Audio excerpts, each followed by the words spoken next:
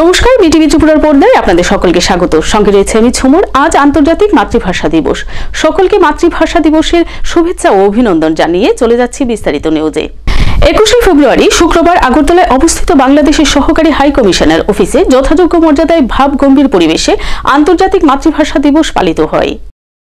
আগরতলায় অবস্থিত বাংলাদেশের সহকারী হাই কমিশনার অফিসে 21শে ফেব্রুয়ারি শুক্রবার যথাযোগ্য মর্যাদায় আন্তর্জাতিক মাতৃভাষা দিবস পালন করা হয়। এই উপলক্ষে এদিন সহকারী হাই কমিশনার বাংলাদেশের জাতীয় পতাকা অর্ধনির্মিত করা হয়। এদিন সহকারী হাই কমিশনার অফিসে অস্থায়ী শহীদ মিনারে পুষ্পার্ঘ্য অর্পণ করে ভাষা শহীদদের প্রতি শ্রদ্ধা নিবেদন করা হয়। বাংলাদেশের সহকারী হাই কমিশনার আরিফ মুহম্মদ ভাষা দিবসের তাৎপর্য বিশেষ করে বিস্তারিত বক্তব্য রাখেন। তিনি বলেন, বাংলাদেশের দামাল ছেলেরা বুকের তাজা রক্ত দিয়ে বাংলা ভাষার অধিকার অর্জন করেছেন। 2000 সালে ইউনেস্কো আজকের দিনটিকে আন্তর্জাতিক মাতৃভাষা দিবস হিসেবে স্বীকৃতি দিয়েছে। শুরুতেই আমি আপনাদেরকে ধন্যবাদ জানাচ্ছি আমাদের সহকারী হাই কমিশন প্রাঙ্গণে আজকে আমাদের এই অনুষ্ঠানে উপস্থিত থাকার জন্য। আপনারা জানেন যে আজ মহান শহীদ দিবস এবং আন্তর্জাতিক মাতৃভাষা দিবস।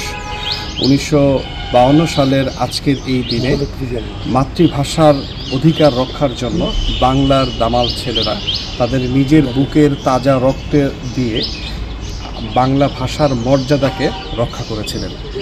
সেই থেকে আজ অবধি পুরো বাংলায় 21শে ফেব্রুয়ারিকে অত্যন্ত তাৎপর্যের সাথে ভাবগাম্ভীর্য এবং যথাযথযোগ্য মর্যাদায় পালন করে আসছে। আমরা অত্যন্ত আনন্দিত। আজকে রাজ্যেও প্রায় সকল জেলাতেই অত্যন্ত চমৎকারভাবে এই আন্তর্জাতিক মাতৃভাষা দিবস আয়োজিত হচ্ছে।